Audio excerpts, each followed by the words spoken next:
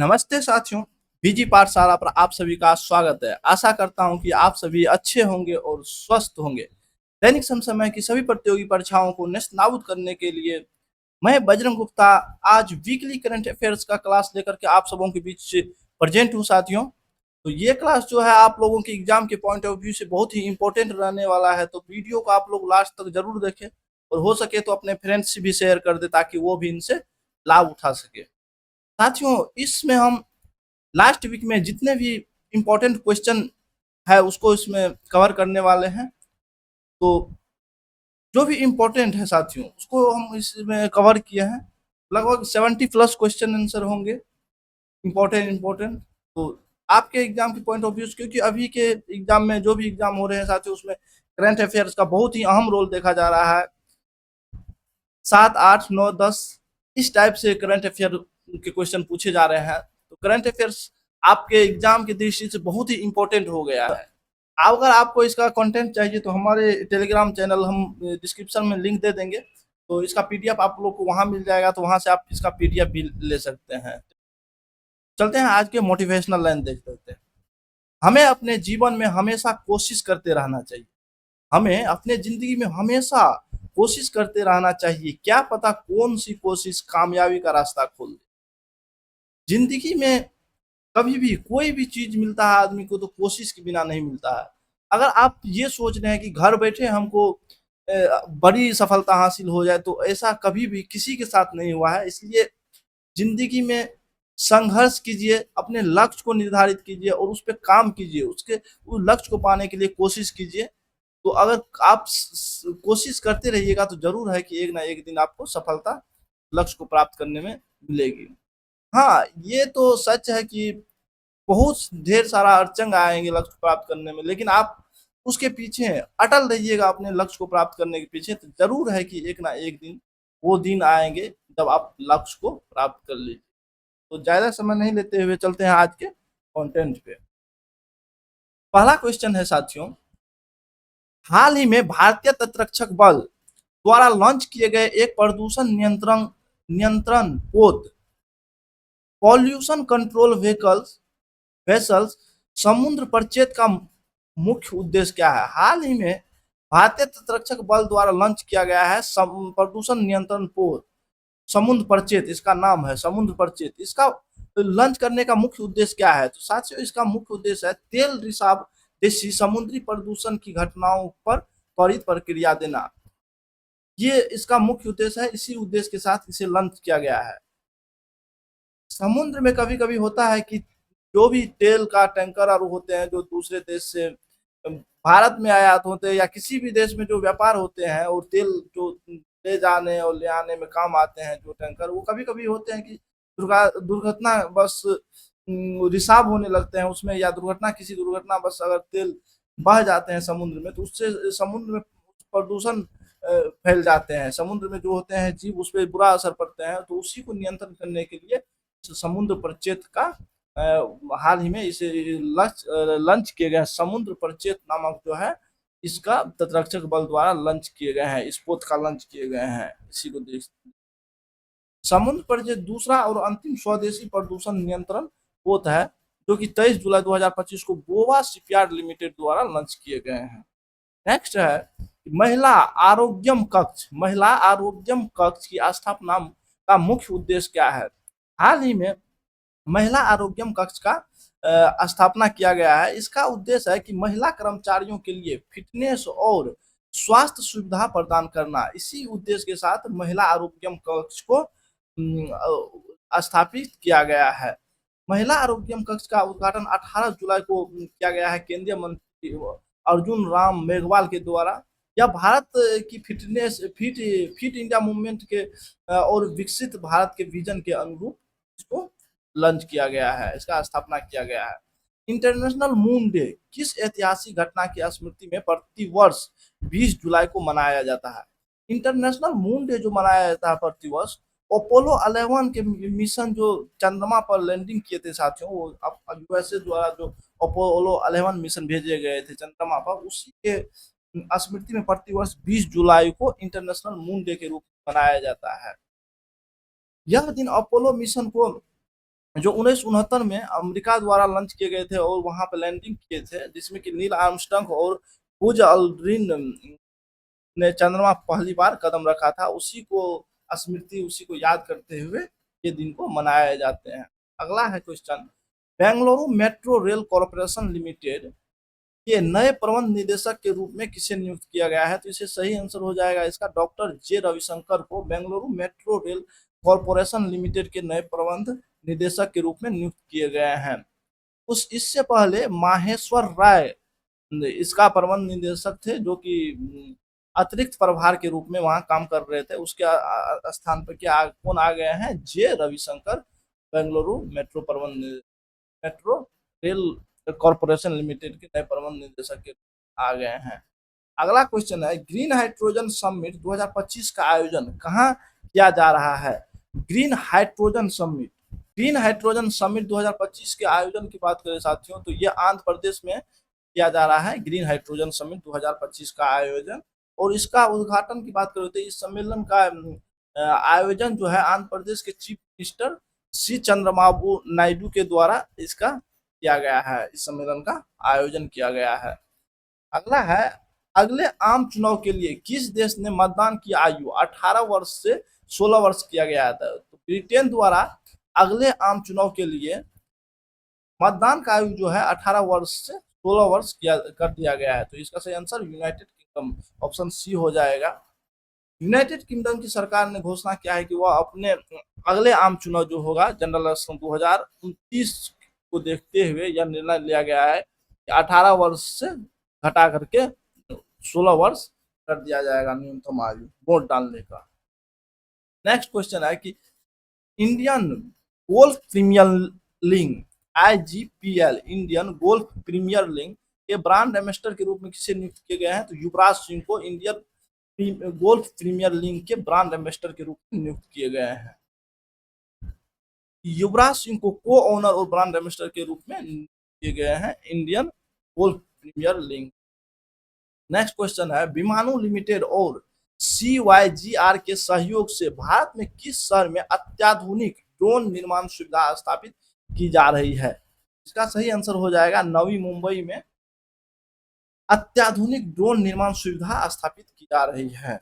इसके किसके सहयोग से? तो विमानों लिमिटेड और CYGR के सहयोग से। विमानों लिमिटेड की बात करें तो ये RRPF डिफेंस की रक्षा शाखा है, और ये जो CYGR है ये फ्रेंच अमेरिकी UAV तकनीकी कंपनी है, और इन दोनों के सहयोग से नवी मुंबई में इसका ड्रोन का मैन्युफैक्चरिंग के लिए इसकी स्थापना की जा रही है।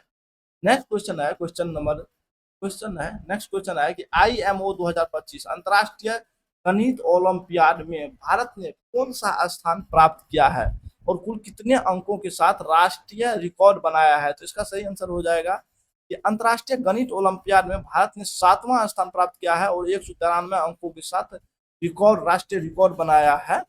इसमें इसका आयोजन ऑस्ट्रेलिया में किया गया था, और इसमें भारत ने 3 स्वर्ण 2 रजत और 1 कांस्य पदक जीत करके अब तक का सर्वोच्च स्कोर 252 में से 193 हासिल किया। यह तीसरी बार है जब भारत ने 7वें स्थान पर रहा है। इससे पहले 1998 और 2001 में भारत ने अंतर्राष्ट्रीय जो ये गणित ओलंपियाड था इसमें ये स्कोर प्राप्त किया था, 7वां स्थान प्राप्त किया था। नेक्स्ट क्वेश्चन है कि इसरो ने हाल ही में घोषित अपनी योजना के अनुसार भारत का अपना स्वतंत्र अंतरिक्ष स्टेशन किस वर्ष तक स्थापित करने का लक्ष्य रखा है? तो 2035 तक इसरो ने हाल ही में कहा है कि 2035 तक अपना स्वतंत्र अंतरिक्ष स्टेशन स्थापित करने का योजना पर काम कर रहे हैं इसरो द्वारा। इसरो 2035 तक अपना स्वतंत्र अंतरिक्ष स्टेशन स्थापित करने और 2040 तक जो है मानव को चंद्रमा पर भेजने के लिए इस मिशन पर काम कर रहे हैं। नेक्स्ट क्वेश्चन है कि जुलाई 2025 में निधन होने वाले प्रसिद्ध ऑस्कर विजेता गीतकार एलन बर्गमैन को किस गीत के लिए अकादमी पुरस्कार मिला था? तो द वे वी वेयर के लिए अकादमी पुरस्कार से सम्मानित किया गया था। तो हाल ही में एलन बर्गमैन का जुलाई 2025 में निधन हो गया, तो इसे ऑस्कर पुरस्कार से सम्मानित किया जो चुका है। एला बर्गमैन का निधन 99 वर्ष की आयु में जुलाई 2025 में हो गया है। नेक्स्ट क्वेश्चन है कि आईसीसी ने 2027, 2029 और 2031 इन तीनों वर्ष के टेस्ट, आगामी टेस्ट वर्ल्ड टेस्ट चैंपियनशिप जो होगा WTC, उसके फाइनल के लिए, फाइनल की मेजबानी के लिए किस देश को इसका कमान सौंपा है? तो इसे इंग्लैंड को इसकी मेजबानी के लिए कमान सौंपा है। मेजबानी कौन करेगा? 2027, 2029, 2031 की मेजबानी इंग्लैंड द्वारा किए जाएंगे। आईसीसी ने 2025 में अपनी वार्षिक बैठक जो सिंगापुर में हुए हैं उसमें यह निर्णय लिया है कि इंग्लैंड एवं वेल्स क्रिकेट बोर्ड को 2027, 29 और 31 के वर्ल्ड टेस्ट चैंपियनशिप का फाइनल की मेजबानी होती है। नेक्स्ट क्वेश्चन है कि एशियाई विकास bank ADB, Asian development bank के अनुसार वर्ष 2025 और 26 के लिए, वर्ष 2025 और 26 के लिए भारत का अनुमानित GDP वृद्धि दर क्या है? तो ये है 6.5% और 6.7% 2025 और 26 के लिए एशियाई विकास बैंक के अनुसार भारत की अनुमानित वृद्धि दर रहेगा। संस्था की बात करो तो एशियन डेवलपमेंट बैंक द्वारा जारी एशियन डेवलपमेंट आउटलुक जुलाई 2025 में जो जारी किया गया है उसमें कहा गया है कि भारत विश्व के सबसे तेजी से बढ़ता या प्रमुख अर्थव्यवस्था के रूप में अग्रणी रहेगा।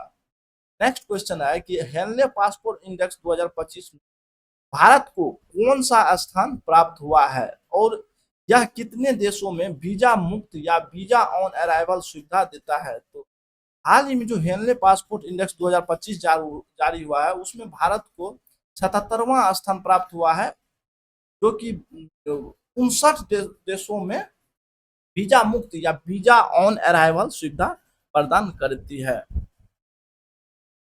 भारत ने 2025 में 8 स्थानों की छलांग लगाई है। इससे पहले जो 2024 में ये हेनले पासपोर्ट इंडेक्स जारी हुआ था उसमें 50वां स्थान था, जबकि अब 2025 में जारी हुआ उसमें 77वां स्थान है। नेक्स्ट क्वेश्चन है कि चीन द्वारा ब्रह्मपुत्र यारलुंग त्सांगपो, ये तिब्बत में ब्रह्मपुत्र को इस नाम से जाना जाता है, यारलुंग त्सांगपो नदी पर बनाए जा रहे विश्व के सबसे बड़े बांध का क्या नाम है?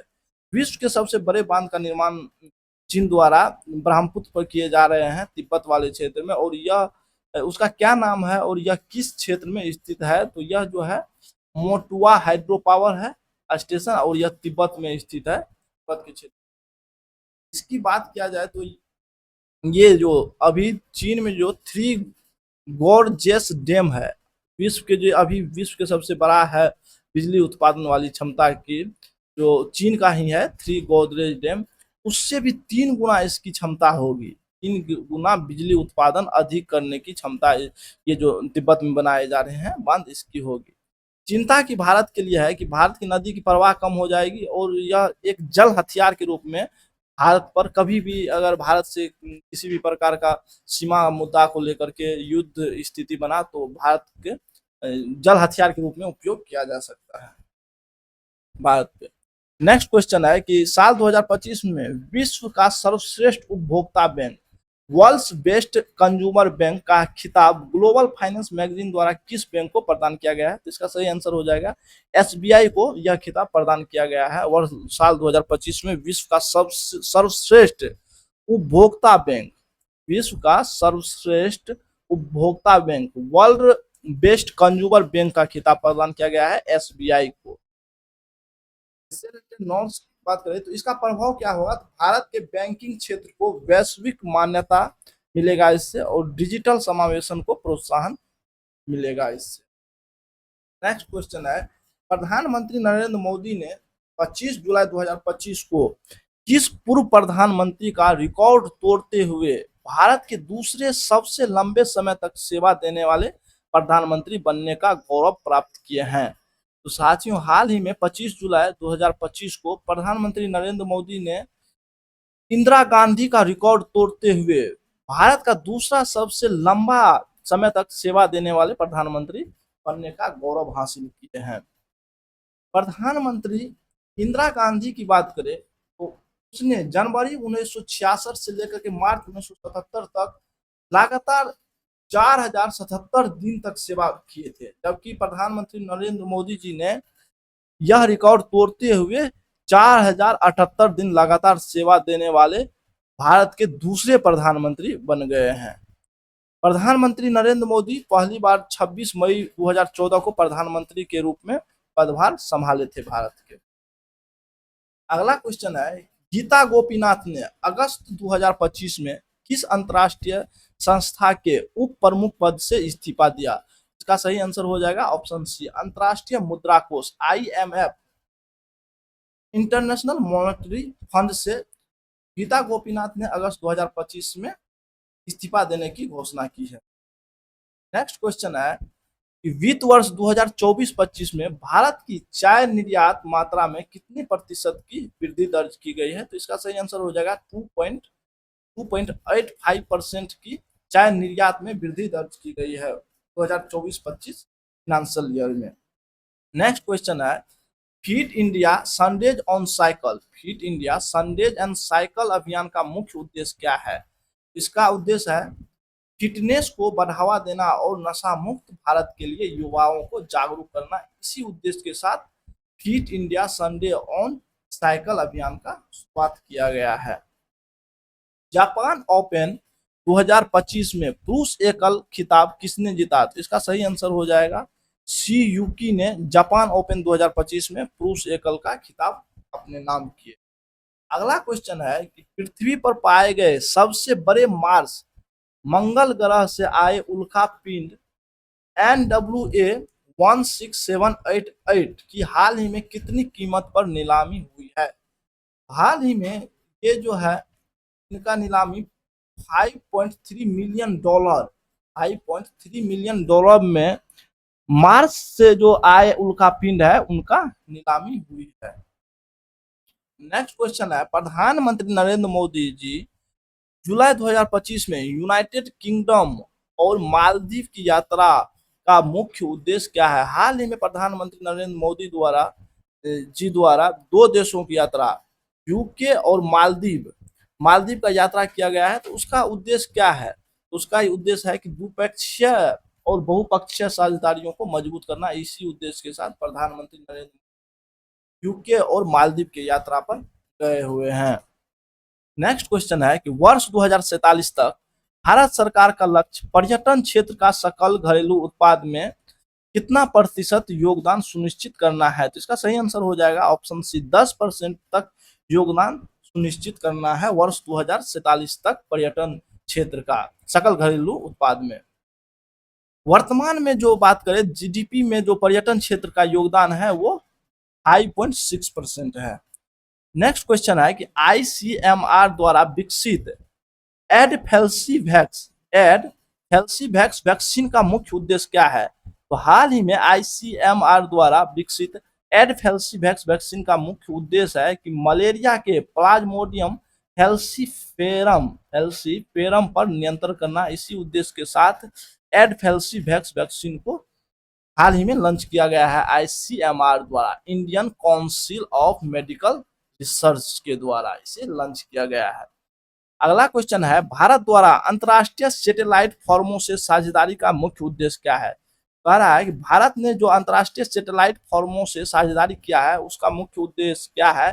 तो इसका उद्देश्य है कि युद्ध क्षेत्र निगरानी क्षमताओं को सशक्त करना। इसी उद्देश्य के साथ अंतरराष्ट्रीय सैटेलाइट फर्मों से भारत ने साझेदारी की है। यह कदम जो उठाया गया है भारत सरकार द्वारा वह चीन और पाकिस्तान के जो उपग्रह डेटा समर्थन देने की घटना है उसको देखते हुए यह कदम उठाया गया है। इसमें स्पेस बेस्ड सर्विलांस थर्ड कार्यक्रम के अंतर्गत भारत 2029 तक 52 निगरानी उपग्रह लॉन्च करेंगे। इसमें कुल 21 उपग्रह जो लॉन्च किए जाएंगे इसरो द्वारा बनाया जाएगा और 31 जो है भारतीय निजी कंपनी द्वारा बनाए जाएंगे। अगला क्वेश्चन है, भारत के उपराष्ट्रपति जगदीप धनखड़ ने किस अनुच्छेद के तहत इस्तीफा दिए हैं? तो इसका सही आंसर हो जाएगा अनुच्छेद 67A के तहत भारतीय उपराष्ट्रपति ने हाल ही में इस्तीफा दिए हैं। जगदीप धनखड़ ने 21 जुलाई 2025 को अपने स्वास्थ्य कारणों का हवाला देते हुए अपने पद से, उपराष्ट्रपति पद से इस्तीफा की घोषणा की है। अगला क्वेश्चन है कि भारत में AVGC animation, visual effect, gaming gaming, comic and extended reality क्षेत्र को बढ़ावा देने के उद्देश्य से हाल ही में मुंबई में किस संस्था का पहला कैंप शुरू किया गया है? तो इसका सही आंसर होगा IICT, Indian institute of creative technology. इस संस्था का पहला कैंप शुरू किया गया है animation, visual effect, gaming, comic and extended reality क्षेत्र को बढ़ावा देने के लिए। नेक्स्ट क्वेश्चन है कि अटल इनोवेशन मिशन के निदेशक के रूप में हाल ही में किसे नियुक्त किया गया है? तो दीपक बांग्ला को अटल इनोवेशन मिशन के निदेशक के रूप में नियुक्त किए गए हैं। नेक्स्ट क्वेश्चन है कि ULPGM V3 मिसाइल किस प्रकार की मिसाइल है? तो हाल ही में ULPGM V3 मिसाइल का परीक्षण किया गया है। यह मिसाइल जो है ड्रोन से लॉन्च की गई सटीक निर्देशित हवा से जमीन पर मार करने वाली मिसाइल है। ULPGM V3 का पूरा नाम की बात करें तो UAV launch precision guided missile version 3 इसका नाम है, इसका फुल फॉर्म है। इसका ताजा परीक्षण जो है कर्नूल, आंध्र प्रदेश के national open area range NOR में हुआ है। अगला क्वेश्चन है फ्रांस 2025 में किस महत्वपूर्ण अंतर्राष्ट्रीय निर्णय के लिए पहला G7 देश बन गए हैं? तो फ्रांस ने हाल ही में फिलिस्तीनी राज्य को आधिकारिक रूप से मान्यता देने वाला G7 देश बन गए हैं। नेक्स्ट क्वेश्चन है कि कारगिल विजय दिवस 2025 किस तिथि को मनाया जाएगा और यह किस युद्ध की वर्षगांठ है? तो 26 जुलाई 2025 को कारगिल विजय दिवस के रूप में प्रत्येक वर्ष मनाया जाता है और कारगिल युद्ध के वर्षगांठ के रूप में यह दिवस मनाया जाता है। यह 1999 जो भारत और पाकिस्तान के बीच हुआ था कारगिल का, उसी को याद मनाया जाता है, उसी की याद में मनाया जाता है प्रत्येक वर्ष 26 जुलाई को। अगला क्वेश्चन है भारत ने पेट्रोल में 20% इथेनॉल मिश्रण का लक्ष्य किस वर्ष से पहले ही प्राप्त कर लिए हैं? तो भारत ने पेट्रोल में जो 20% इथेनॉल मिश्रण का लक्ष्य रखा था वह 2030 तक रखा था, जिसे कि 2025 में ही हासिल कर लिए हैं। भारत ने पेट्रोल में जो 20% इथेनॉल मिश्रण का लक्ष्य रखा था वह 2030 रखा था, लेकिन 2025 में ही ये लक्ष्य प्राप्त कर लिए। नेक्स्ट क्वेश्चन है राष्ट्रीय सहकारिता नीति 2025 का मुख्य उद्देश्य क्या है? तो राष्ट्रीय सहकारिता नीति 2025 का मुख्य उद्देश्य है सहकारिता क्षेत्र को आर्थिक विकास का मुख्य इंजन बनाना। इस उद्देश्य के साथ राष्ट्रीय सहकारिता नीति 2025 हाल ही में लॉन्च किए गए हैं। भारत ने चीनी नागरिकों के लिए पर्यटक वीजा सेवा कितने वर्षों के बाद फिर से शुरू किए हैं? भारत ने जो है चीनी नागरिकों के 5 वर्षों के बाद पर्यटक वीजा सेवा शुरू फिर से किए हैं, पुनः बहाल किए हैं। अगला क्वेश्चन है कि हाल ही में IRDAI इरिडा ने भारतीय बीमा विनियामक और विकास प्राधिकरण का नया अध्यक्ष किसे नियुक्त किए हैं?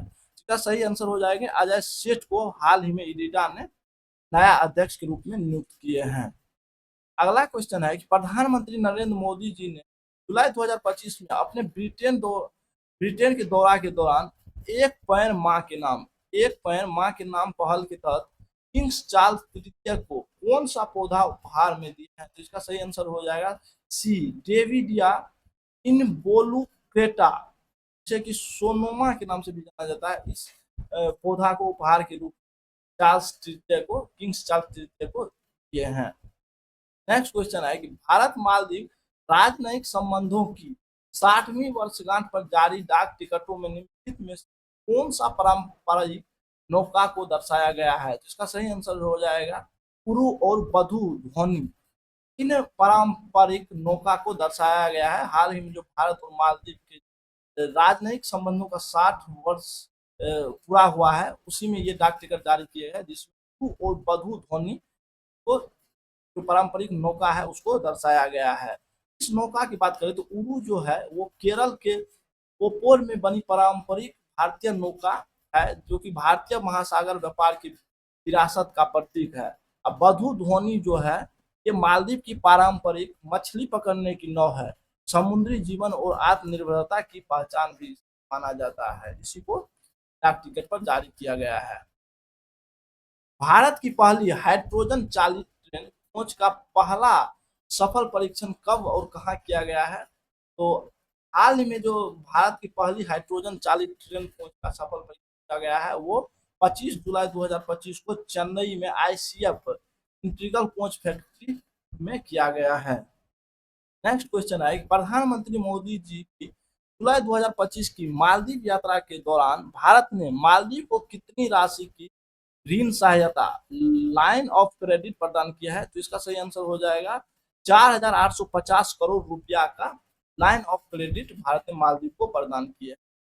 अगला क्वेश्चन है, इंदिरा गांधी राष्ट्रीय मुक्त विश्वविद्यालय इग्नू की पहली महिला कुलपति कौन बनी है? वाइस चांसलर के रूप में किया गया है, तो प्रोफेसर उमा कांजी लाल को हाल ही में वाइस चांसलर के रूप में किए गए हैं, जो कि पहली महिला कुलपति होंगे इग्नू के। नेक्स्ट क्वेश्चन है, FISU वर्ल्ड यूनिवर्सिटी गेम्स 2025 में भारत को पहला स्वर्ण पदक किस स्पर्धा में प्राप्त हुआ है? ये हुआ है तीरंदाजी कंपाउंड मिक्स टीम में भारत को पहला स्वर्ण पदक प्राप्त हुआ है। इसकी बात की तो FISU वर्ल्ड यूनिवर्सिटी गेम्स 2025 जो कि आयोजन स्थल की बात करें तो जर्मनी 16 से 27 जुलाई 2025 को आयोजित है। इसमें खिलाड़ी परिणीति कौर और कुशल दलाल के द्वारा वर्ल्ड यूनिवर्सिटी गेम्स 2025 में गोल्ड मेडल प्राप्त किए गए हैं। नेक्स्ट क्वेश्चन है कि बैडमिंटन एशिया जूनियर चैंपियनशिप 2025 पहली बार एक ही संस्करण में महिला एकल वर्ग में 2 पदक जीतने वाली भारतीय कौन है? ये है तानवी शर्मा और पेन्नला कलकोटला के द्वारा हाल ही में बैडमिंटन जूनियर चैंपियनशिप 2025 पहली बार एक ही संस्करण में महिला एकल 2 पदक जीतने वाली पहली भारतीय।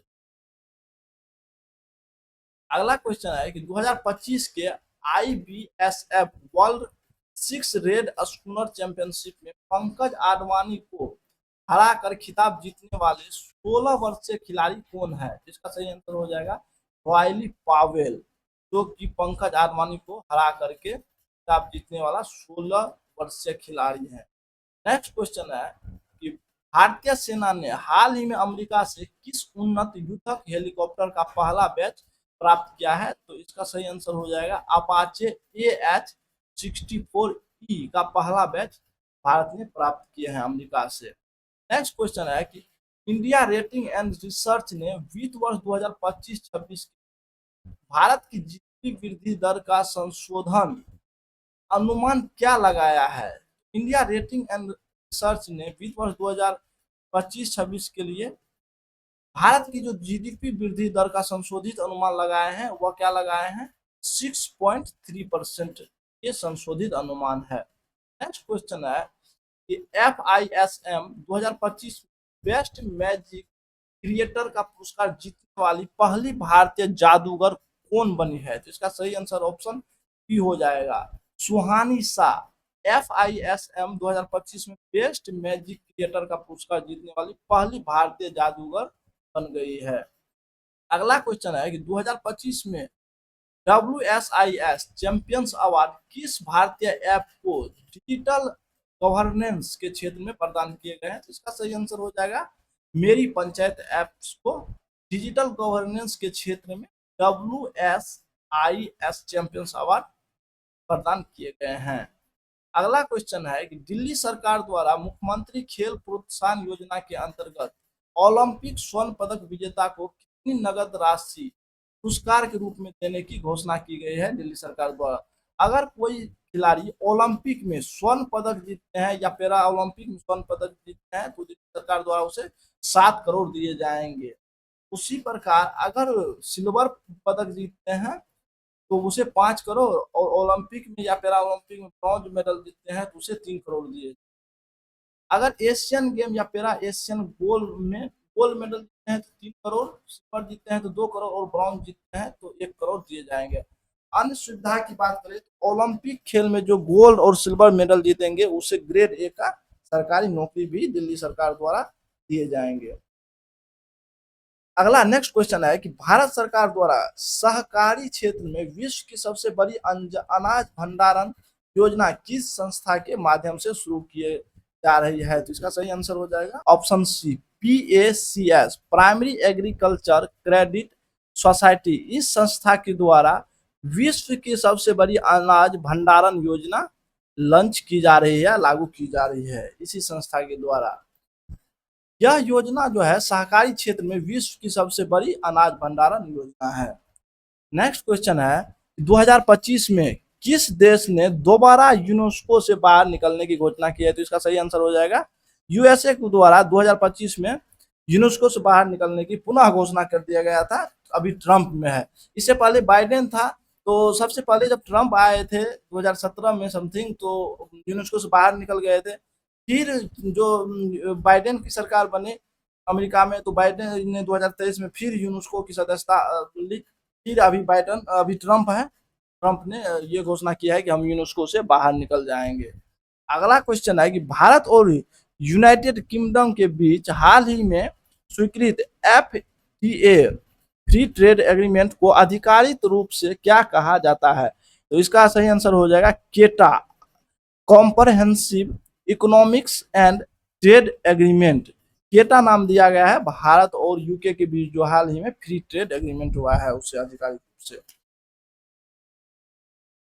नेक्स्ट क्वेश्चन है कि 21 जुलाई 2025 को श्रीलंका के किस स्थान पर अशोक स्तंभ की प्रतिकृति का अनावरण किया गया है? तो इसका सही आंसर ऑप्शन सी हो जाएगा वास्का डूबा श्री सुबुथी विहारा, जो कि श्रीलंका में स्थित है। वहां पे अशोक स्तंभ की प्रतिकृति का अनावरण किया गया है हाल ही में। नेक्स्ट क्वेश्चन है कि राष्ट्रीय खेल प्रशासन विधेयक 2025 नेशनल स्पोर्ट्स गवर्नेंस बिल 2025 के अनुसार निम्नलिखित में से कौन सी संस्था है जो अब सूचना के अधिकार RTI अधिनियम के अंतर्गत आएंगे? तो BCCI को, भारतीय क्रिकेट कंट्रोल बोर्ड को अब RTI अधिनियम के अंतर्गत लाया गया है। इसका उद्देश्य है कि भारत के खेल प्रशासन में पारदर्शिता और जवाबदेही को बढ़ाना। इसी उद्देश्य के साथ BCCI को RTI अधिनियम के अंतर्गत लाए गए हैं। भारत में राष्ट्रीय प्रसारण दिवस नेशनल ब्रॉडकास्टिंग डे है, जो कब मनाए जाते हैं, किस तारीख को मनाए जाते हैं? तो 23 जुलाई को प्रत्येक वर्ष नेशनल ब्रॉडकास्टिंग डे के रूप में मनाए जाते हैं। नेक्स्ट क्वेश्चन है कि भारत का पहला माइनिंग टूरिज्म प्रोजेक्ट किस राज्य में शुरू किया गया है? तो इसका सही आंसर हो जाएगा भारत का जो पहला माइनिंग टूरिज्म प्रोजेक्ट है वो झारखंड में शुरू किए गए हैं। अगला क्वेश्चन है कि 2025 में वन एलिफेंट लाइव हेयर पुस्तक के लिए गीतांजलि श्री को कौन सा अंतर्राष्ट्रीय पुरस्कार प्राप्त हुआ है? तो पेन ट्रांसलेट्स अवार्ड से इसे सम्मानित किए गए हैं 2025 में गीतांजलि श्री को। इससे पहले 2022 में इंटरनेशनल बुकर पुरस्कार वो जीत चुकी है। उसके पुस्तक जो है रेत की समाधि के लिए, टम्ब ऑफ सेंड के लिए उसे 2022 में इंटरनेशनल बुकर प्राइज से भी सम्मानित किया जा चुके हैं गीतांजलि श्री को। अगला क्वेश्चन है कि 2025 में GP बिरला मेमोरियल अवार्ड से किस भारतीय वैज्ञानिक को सम्मानित किया गया है? तो GP बिरला मेमोरियल अवार्ड से 2025 में डॉक्टर V नारायण को सम्मानित किए गए हैं। नेक्स्ट क्वेश्चन है कि विश्व मैंग्रोव दिवस को मनाने का मुख्य उद्देश्य क्या है? तो इसका उद्देश्य है कि मैंग्रोव पारिस्थितिकी तंत्र के संरक्षण और महत्व पर जागरूकता फैलाना। इसी उद्देश्य के साथ प्रत्येक वर्ष 26 जुलाई को विश्व मैंग्रोव दिवस मनाया जाता है। यूनेस्को द्वारा 2015 में इसे आधिकारिक रूप से मान्यता दी गई थी। तो ये रहा साथियों इस वीक का टोटल लगभग 75 प्लस क्वेश्चन है साथियों इसमें लास्ट वीक का। तो आप लोगों के एग्जाम के पॉइंट ऑफ व्यू से बहुत ही ये क्लास इंपॉर्टेंट रहने वाला है साथियों करंट अफेयर्स का। तो आप लोग वीडियो को लास्ट तक आशा करता हूँ जरूर देखे होंगे। तो वीडियो को लास्ट तक जरूर देखे हैं और लगता है कि आपके एग्जाम के पॉइंट ऑफ व्यू से आपके लिए हेल्पफुल है साथियों। तो वीडियो को लाइक करें और हमारे चैनल बीजी पाठशाला को जरूर आप लोग सब्सक्राइब कर ले, ताकि आने वाला हर एक वीडियो का अपडेट आप लोगों को बेल आइकन दबाने से मिलता रहे। तो मिलते हैं अगला वीडियो में साथियों, तब तक के लिए नमस्कार, धन्यवाद, जय हिंद।